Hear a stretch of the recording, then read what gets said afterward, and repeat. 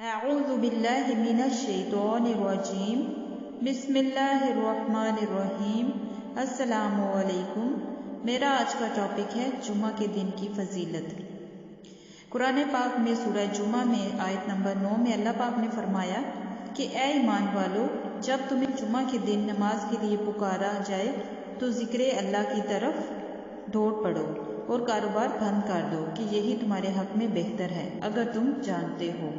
اللہ تعالیٰ نے اس امت کو بے شمار امتیازات اور فضائل جلیلہ سے مخصوص کیا ہے، جن میں سے ایک یوم جمعہ کا امت کے لیے مخصوص کرنا ہے، جبکہ اس دن سے اللہ تعالیٰ نے یہود و نصارہ کو محروم رکھا۔ حضرت ابو ہریرہ رضی اللہ عنہ سے مروی ہے، فرماتے ہیں کہ نبی اکرم صلی اللہ علیہ وآلہ وسلم نے ارشاد فرمایا، اللہ تعالیٰ نے ہم سے پہلے والوں کو جمعہ کے دن سے محروم رکھا۔ یہود کے لیے ہفتہ کا دن اور نصارہ کے لیے اتوار کا دن تھا۔ پھر اللہ تعالیٰ نے ہمیں بھرپا کیا اور جمعہ کے دن کی ہمیں ہدایت فرمائی اور جمعہ ہفتہ اور اتوار بنائے۔ اسی طرح یہ اقوام روز قیامت تک ہمارے تابع رہے گی۔ دنیا والوں میں ہم آخری ہیں اور قیامت کے دن اولین میں ہوں گے اور تمام مخلوقات سے قبل اولین کا فیصلہ کیا جائے گا۔ اس حدیث کو امام مسلم نے روایت کیا ہے۔ دنوں میں بہترین دن جمعہ کا دن ہے۔ حضرت ابو ہریرہ رضی اللہ عنہ سے مروی ہے کہ نبی اکرم صلی اللہ علیہ وآلہ وسلم نے ارشاد فرمایا، جس دن میں سورج طلوع ہوتا ہے اس میں سب سے بہترین جمعہ کا دن ہے۔ اسی دن میں حضرت آدم علیہ السلام پیدا ہوئے، اسی دن جنت میں داخل کیے گئے اور اسی دن اس سے نکالے گئے اور قیامت قائم نہیں ہوگی مگر جمعہ کے دن۔ اس حدیث کو بھی امام مسلم نے روایت کیا ہے۔ جمعہ کے دن ایک گھڑی ہوتی ہے، اس میں دعا قبول کی جاتی ہے۔ حضرت ابو ہریرہ رضی اللہ عنہ سے مروی ہے، نبی اکرم صلی اللہ علیہ وآلہ وسلم نے ارشاد فرمایا، اس میں ایک گھڑی ایسی ہے جس میں کوئی مسلمان نماز پڑھے اور اللہ تعالیٰ سے کچھ مانگے تو اللہ تعالیٰ اس کو عنایت فرما دیتا ہے۔ امام بخاری اور امام مسلم کی یہ متفق علیہ حدیث مبارکہ ہے۔ جمعہ کا دن وہ دن ہے جس دن اللہ تعالیٰ اپنے مومنین بندوں کے لیے جنت میں تجلی فرمائیں گے۔ حضرت انس بن مالک رضی اللہ عنہ اللہ تعالیٰ کے فرمان وَلَدَيْنَ مَزِيدٌ کے بارے میں فرماتے ہیں کہ اس سے مراد اللہ تعالیٰ کا ہر جمعہ تجلی فرمانا ہے۔ جمعہ کا دن ہفتہ میں بار بار آنے والی عید ہے۔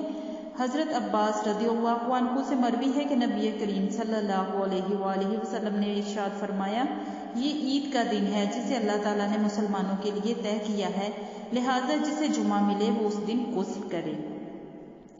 یہ وہ دن ہے جس میں گناہوں کی معافی ہوتی ہے۔ حضرت سلمان سے مروی ہے کہ نبی کریم صلی اللہ علیہ وآلہ وسلم نے ارشاد فرمایا، جو شخص جمعہ کے دن غسل کرے اور خوب اچھی طرح سے پاکی حاصل کرے اور تیل استعمال کرے یا گھر میں جو خوشبو میسر ہو استعمال کرے، پھر نماز جمعہ کے لیے نکلے اور مسجد میں پہنچ کر دو آدمیوں کے درمیان نہ گھسے، پھر جتنی ہو سکے نفل نماز پڑھے اور جب امام خطبہ شروع کرے تو خاموش سنتا رہے، تو اس کے اس جمعہ سے لے کر دوسرے جمعہ تک سارے گناہ معاف کر دیے جاتے ہیں۔ اس حدیث کو امام بخاری نے روایت کیا ہے۔ سنن ترمذی میں حدیث مبارکہ ہے کہ نبی اکرم صلی اللہ علیہ وآلہ وسلم نے ارشاد فرمایا کہ جس نے جمعہ المبارک کے دن خطبہ و نماز کے دوران لوگوں کی گردنیں پھلانگی، اس نے اپنے لیے جہنم تک پہنچنے کا پل بنا لیا۔ حضرت ابو موسیٰ اشعری رضی اللہ عنہ کے بیٹے ابو بردہ رضی اللہ عنہ کہتے ہیں کہ مجھ سے حضرت عبداللہ بن عمر رضی اللہ عنہما نے کہا کہ کیا تم نے اپنے والد سے ساعت جمعہ کے بارے میں حضور اکرم صلی اللہ علیہ وآلہ وسلم کی کوئی حدیث مبارکہ سنی ہے؟ وہ کہتے ہیں میں نے کہا ہاں، میں نے اپنے والد سے سنا۔ انہوں نے کہا کہ نبی اکرم صلی اللہ علیہ وآلہ وسلم نے ارشاد فرمایا، وہ ساعت امام کے خطبہ کے لیے بیٹھنے سے لے کر نماز پڑھی جانے تک کی ہے۔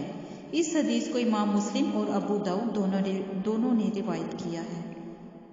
حضرت عمرو بن شعیب رضی اللہ عنہ اپنے باپ اور اپنے دادا سے روایت کرتے ہیں کہ نبی کریم صلی اللہ علیہ وآلہ وسلم نے ارشاد فرمایا، جمعہ کے دن فرشتوں کو مساجد کے دروازوں پر بھیج دیا جاتا ہے اور وہ لوگوں کی آمد لکھتے رہتے ہیں۔ جب امام آ جاتا ہے تو قلم روک لیے جاتے ہیں اور رجسٹر بند کر دیے جاتے ہیں۔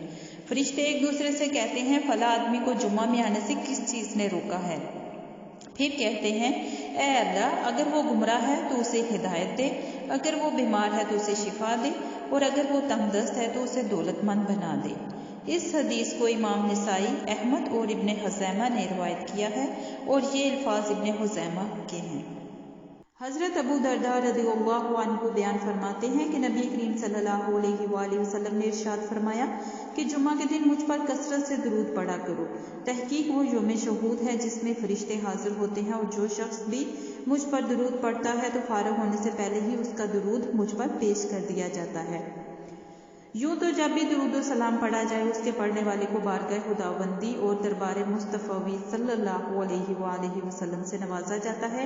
اس لیے حضور اکرم صلی اللہ علیہ وآلہ وسلم نے جمعہ کے دن درود شریف کثرت سے پڑھنے کا حکم فرمایا تاکہ آپ صلی اللہ علیہ وآلہ وسلم کے امتی بارگاہ خداوندی سے زیادہ نیکیاں حاصل کر سکیں۔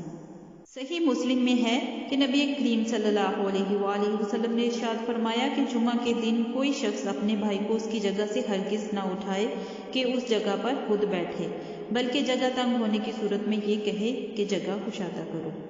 سنن النسائی میں حدیث مبارکہ ہے، حضرت ابو ہریرہ رضی اللہ عنہ سے مروی ہے کہ نبی کریم صلی اللہ علیہ وآلہ وسلم نے ارشاد فرمایا، جو شخص جمعہ کے دن سب سے پہلے مسجد جائے تو اس کو اونٹ کی قربانی کے برابر اجر ملے گا، جو اس کے بعد جائے گا تو اس کو گائے کی قربانی کے برابر اجر ملے گا، جو اس کے بعد جائے تو اس کو دمبے کی قربانی کے برابر اجر ملے گا، جو اس کے بعد جائے تو اس کو اللہ کی راہ میں مرغی ذبح کرنے کے برابر اجر ملے گا، اور جو اس کے بعد جائے تو اس کو انڈا صدقہ کرنے کے برابر ثواب ملے گا۔ جمعہ کے دن سورہ کہف کی تلاوت مستحب ہے۔ حضرت ابو سعید خدری رضی اللہ عنہ سے مروی ہے کہ نبی کریم صلی اللہ علیہ وآلہ وسلم نے ارشاد فرمایا، جس نے جمعہ کے دن سورہ کہف پڑھی تو اس جمعہ سے دوسرے جمعہ تک اس کے لیے نور کو روشن کر دیا جاتا ہے۔ اور صحیح مسلم حدیث ہے کہ جو شخص سورہ کہف کی ابتدائی 10 آیتیں یاد کرے وہ دجال کے فتنے سے بچے گا۔ اللہ پاک آپ کا اور میرا ایمان سلامت رکھے، آمین ثم آمین، جزاک اللہ خیر۔